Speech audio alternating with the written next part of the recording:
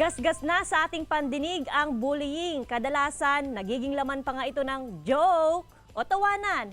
Pero when to say stop bullying? Mapaeskwelahan man, opisina o sa sarili nating mga bahay, a very interesting topic na pagkukwentuhan natin ngayong umaga.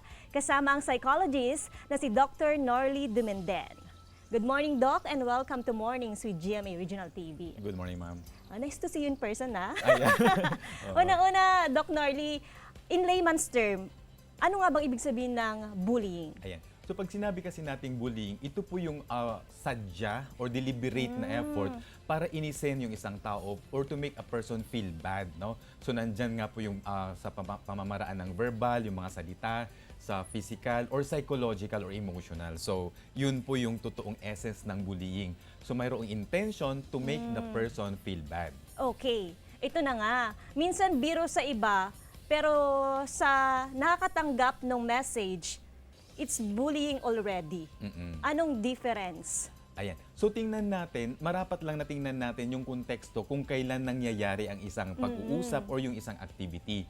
So, mayroon kasi tayong tinatawag na amusement, kung saan ito yung mga non-serious social incongruities na pinagtatawanan natin or may mga pagkakataon kung saan tayo ay nagbibiruan. Oo. Yun nga lang, minsan may mga tao na nakikipag-join sa biruan pero napipikon. And so, they will tell the other person na binubuli sila. So in that context, hindi po yun bullying, no? Kasi naki-join ka sa biruan eh. Okay. Yun nga lang, kapag kahit biruan yan, kapag below the belt na yung mga biro at makikita na natin yung parang may intention yung isang tao na asarin or to make a person feel bad, yun po yung nagiging bullying na po siya. Okay. Siguro insert ko na dito, Doc Norly, paano naman kung yung intention naman ng tao is very honest naman doon sa isang person? Nagkataon lang siguro, surrounded sila by different people. Oo. Ayan. So kung yung intention, although yung intention kasi ang hirap i-determine kasi subjective yan Pero kapag ang intention ng isang tao ay to give feedback lang or criticism doon sa action ng another person, then hindi siya bullying, no? It's just a mere criticism. Sabi nga natin, there's no such thing as positive or negative criticism. Na sa attitude ng taong tumatanggap kung paano niya tingnan yung feedback na yon. Yun nga lang, pag nakita rin naman natin na yung comment ng isang tao is really to irritate or to make the person feel bad in the presence of other people, then baka bullying nga yan. Paano nga yun, Doc, yung unsolicited advice?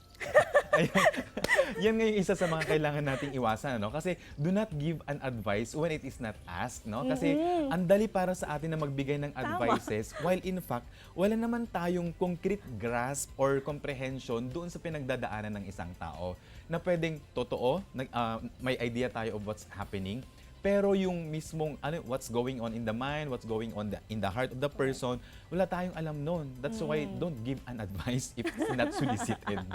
Huwag kang magbigay ng advice kung hindi ka expert. Okay. Doc, when do we say stop bullying, lalo na sa social media? Ayan. Miss John, napaka-importante nga, no, yung decision ng isang tao na mag-react against bullying. So if you are experiencing something or feeling mo na bubuli ka na, you are now no longer comfortable with it, you are not feeling well about the behavior of another person, then unang-una tanggapin mo sa sarili mo or tell yourself na I want to stop bullying or I want to stop being bullied. And pangalawa, doon sa taong nambubuli sa'yo. So, kailangan malaman ng tao that you are not comfortable, that you are not okay doon sa kanyang ginagawa. Madalas kasi, even doon sa mga biruan nga, no, parang wala silang idea na hindi tayo comfortable. Kasi nga, we are just pretending that we're alright, something like that. Hindi ka nagko-comment. Oo. So, patuloy yung ginagawa nila kasi akala nila okay lang. Kaya nga yung tinasabi natin na maraming namamatay sa maling akala. Kasi akala okay lang, yun pala, bullied, nasasaktan na siya. Okay. Sa isang person na bullied siya, being bullied, ano yung kailangan niyang sabihin? Kasi, like nabanggit nyo, Doc, di pala siya okay, pero nagtatawanan yung group of friends niya. Ayan. So, minsan kasi, no, kailangan nating sabihin sa sarili natin mismo na I'm not okay with what's happening. Pangalawa, kailangang malaman yun ng ating mga kausap. Pero ang problema nga, wala silang lakas ng loob. Di ba? So, nakakatulong dito kapag may mga pwede tayong mapagsabihan, just like one from that circle of friends na pwede mong pagsabihan na you are not all right, no? Para yung taong ito ang pwede ring makatulong sa'yo na iparating doon sa, nakapagsabi ng nakasakit sa'yo. Okay. Yun nga lang, kailangan natin maging careful kasi Dagdag bawas. pwedeng nandyan yung dagdag bawas nga, Okay. no? Na again, pwedeng another sort of bullying na naman. Pwede bang direct to the person na lang na nag-message sa'yo? Pero how? Paano Yes. na hindi rin siya masasaktan? Oo. Mas maganda yan pag direct to the person kasi nga siya yung mismong concern at walang dagdag bawas, ikaw mismo yung makapagparating. Pero kailangan natin dito ng personal and professional courage. So, madalas kasi iniisip natin na pag sinabi ko to baka masaktan ko siya, no? Andun yung iniisip natin. Nasaktan ka na eh. Yes. So mayroon tayong mga few techniques kung paano natin sabihin that we are not all right doon sa ginagawa ng isang tao. So nandyan yung isa diyan yung pag-sugarcoat. Yun nga lang, pag sinugarcoat ko sa natin, kung minsan yung totoong mensahe is Naiba. nawawala din. Oo. So mayroon din tayong tinatawag na sandwich technique, no? Very common ito sa pagdating sa communication. Actually, tawag ko dito ngayon hamburger technique kasi mas marami na siyang rekado. Ingredients. So, ito, we present something that is more positive, no, initially, para yun yung magiging, pag na-elicit mo kasi yung positive emotion ng kausap mo, yun na yung parang magiging lens niya all throughout doon sa conversation. So, pagkasabi natin ng positive something, no, ipapasok na natin ngayon yung gusto talaga nating mensahe na pwedeng makasakit doon sa tao kung mali yung pagtanggap niya. Saka natin ngayon papatungan ng another good thing. So, like for example, okay, I love your sense of humor, my friend. But then again, medyo nakakasakit siya. Nevertheless, I still want to be your friend. Oh, di ba? So nakita mo yun, positive, negative, and positive. Oh, yun.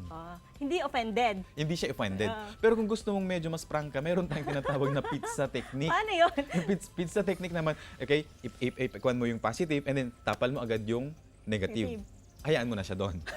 Bahala ka, kahit hindi tayo magkaibigan. Basta nasabi ko yung gusto mong sabihin. Kasi yung kwan doon kasi Miss Joanne, no, doon sa hamburger, pag pinatungan pa natin ng positive, yung negative na nasa gitna, pwede kasing ma-minimize yung essence talaga ng gusto nating message.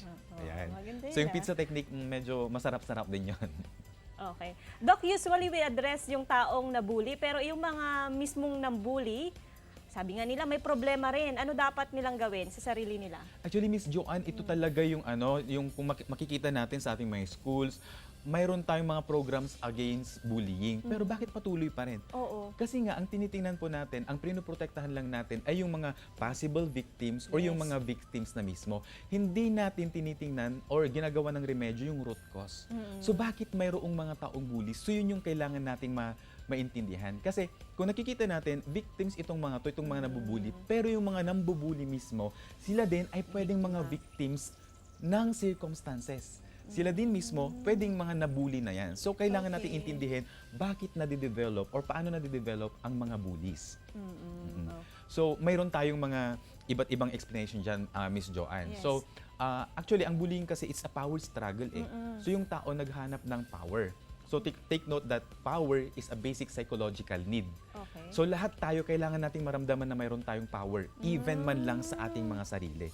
But if the person is deprived of that sense of power or freedom, naghahanap siya ngayon ng mga circumstances or mga tao na pwede niyang pag-expressan ng power niya. And usually, ang hinahanap nila, yung feeling nila mas mahina sa... So usually, ito yung mga taong neglected, abused, or over-pampered or spoiled. Okay. So yun yung kailangan nating remedyohan. Doc, marami pa tayong nais pag-usapan, pero yun nga, konti ang ating oras at very interesting ang ating topic. Maraming salamat, Doc Norly. Ingat po kayo palagi. Diyan lamang po kayo mga kapuso. Magbabalik ang Mornings with GMA Regional TV.